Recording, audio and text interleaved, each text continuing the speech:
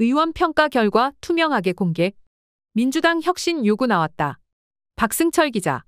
문희상, 유인태 전 의원 등 내로라 하는 중진들이 컷오프를 당했다.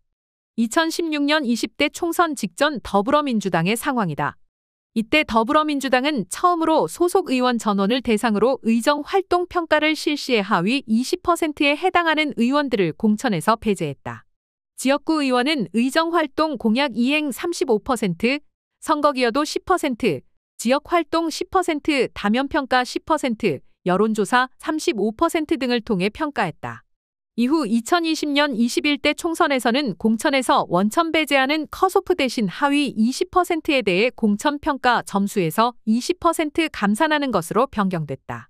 하위 20%에 대한 명단 공개는 경선 시 당사자에게 통보하는 것으로 바뀌었다.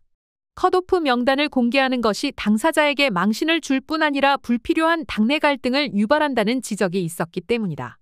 또한 문희상 전 의원 등 일단 컷오프를 당했다가 구제되는 사례가 발생하는 것도 외부에서 보기에 모양새가 좋지 않았다는 판단도 작용했다. 문제는 이 같은 의원 평가 결과를 당원들이 투명하게 알기 어렵다는 점이다. 평가 항목 가운데 당원들이 추정해 볼 수 있는 것은 선거기여도가 유일하다. 2020년 21대 총선 시의원 본인의 지역 득표율과 2022년 대선과 지방선거의 지역 득표율을 전국 득표율 추이와 비교하면 해당 지역구 의원의 성적표를 가늠해 볼 수 있다. 예를 들면 인학연계로 분류되는 의원들이 2022년 대선 당시 선거운동을 열심히 하지 않아 다른 지역에 비해 저조한 성적표를 거뒀다는 비판이 대두된 바 있다. 이것이 실증 데이터로 입증되면 전체 점수 10%가 반영되는 선거기여도에서 이들 의원은 낮은 점수를 받아야 하고 당원들도 이를 확인할 수 있어야 한다. 이와 함께 의정활동과 지역활동, 다면 평가 등도 당원들에게 공개해야 당원들이 해당 의원을 공정하게 평가할 수 있다. 당원들은 지역구 현역 의원이 지역 내에서 인지도가 높기 때문에 본선 경쟁력이 더 높을 수 있다는 사실을 알고 있다. 다만 이와 함께 지역구 의원이 의정활동을 열심히 했는지 의정활동이 중산층과 서민의 정당, 민주개혁 정당이라는 더불어민주당의 정체성에 맞았는지 명확히 알아야 의원을 정확하게 평가할 수 있다. 지역 현역 의원에게 도전장을 내민 정치 신인과의 비교도 현역 의원에 대한 정확한 정보가 바탕이 될 수밖에 없다. 이에 더불어민주당 혁신을 위한 모임인 민주당 혁신행동이 선출직 공직자 평가 결과를 투명하게 공개하라고 요구하고 나섰다. 민주혁신행동은 30일 국회 소통관에서 기자회견을 열고 선출직 공직자 평가와 당무감사 결과의 투명한 공개를 요구했다.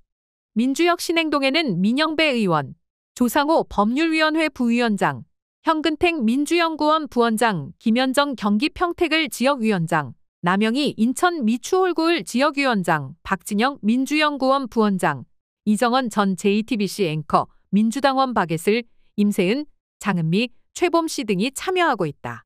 이들은 기자회견문에서 민주당 당규 제10호에 따르면 선출직 공직자평가위원회를 구성하고 현역 국회의원과 광역기초단체장, 광역기초의원 등 선출직 공직자의 의정활동과 도덕성, 역량 등에 대해 평가를 진행할 수 있지만 정작 당의 주인이라는 당원들은 평가 결과를 알 길이 없다면서 당규 제10호 제72조에 따라 평가 결과를 위원회 안에서도 일체 열람, 공개하지 않고 있으며 조사 결과가 아니라 최종 점수로 환산된 결과만 공천기구에 전달되도록 규정하고 있기 때문이라고 밝혔다. 이어 선출직 평가 결과는 공천기구의 전략선거구 선정심사, 공직선거 후보자 추천심사 등에 반영될 정도로 중요한 평가지표임에도 이처럼 철저히 베일에 감춰져 있다면서 최근 민주당이 진행한 지역위원회 당무감사 결과도 공천심사 과정에서 중요한 평가지표로 사용되는데도 당원에게 공개하지 않는다고 밝혔다. 이들은 또 당지도부에 촉구한다면서 현행 당규를 개정해 선출직 공직자 평가와 최근 실시한 당무감사 결과 또한 즉각 공개해달라고 요구했다. 앞서 민주당 혁신행동은 대의원제 폐지와 중앙위원회의 당대표, 최고위원 후보자 컷오프 폐지를 요구한 바 있다. 이날 이들은 이들 4개 과제의 달성을 위해 당원 청원 운동도 공식적으로 시작했다. 박광온 원내대표가 제안한 혁신기구 구성의 절차적 정당성에 대한 지적도 나왔다. 현근택 부원장은 의원총회에서 원내의 혁신기구를 만든다는 것은 현역 의원이 혁신 대상인데 혁신 대상이 혁신기구를 만든다는 것이라면서 의원총회에서 결의하는 것이 아니라 당내 공식기구에서 혁신기구를 만드는 것이 중요하다고 말했다.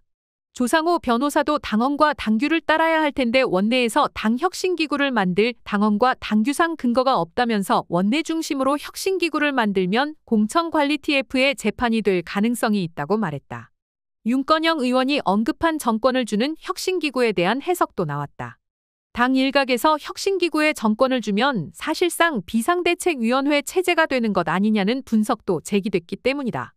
이에 대해 민영배 의원은 윤건영 의원에게 혁신안을 만드는 과정에 지도부가 개입하지 않고 그대로 수용하는 것이냐고 물었더니 그렇다고 했다면서 혁신기구에 정권을 위임한다는 것은 비상대책위원회와 같은 기능을 한다는 것은 아니다고 말했다.